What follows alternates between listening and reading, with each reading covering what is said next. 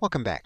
You can also customize a graphic element any place on your timeline in your video. For example, you could go to your left side menu and click on Graphics.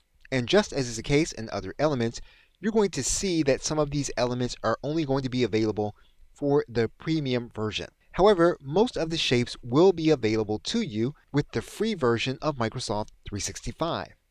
And so what you'll do is you will place your cursor where you want the image to appear. You will then add the image to your timeline.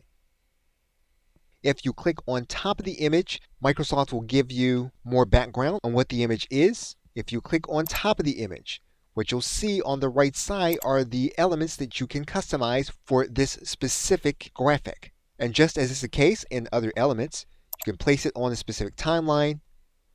You can then stretch it however long you want it to be. You can then click the play button to determine how the graphic is actually going to appear.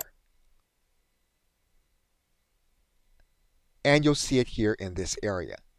You can customize the element here in this area. And you can position the element where you want it to be.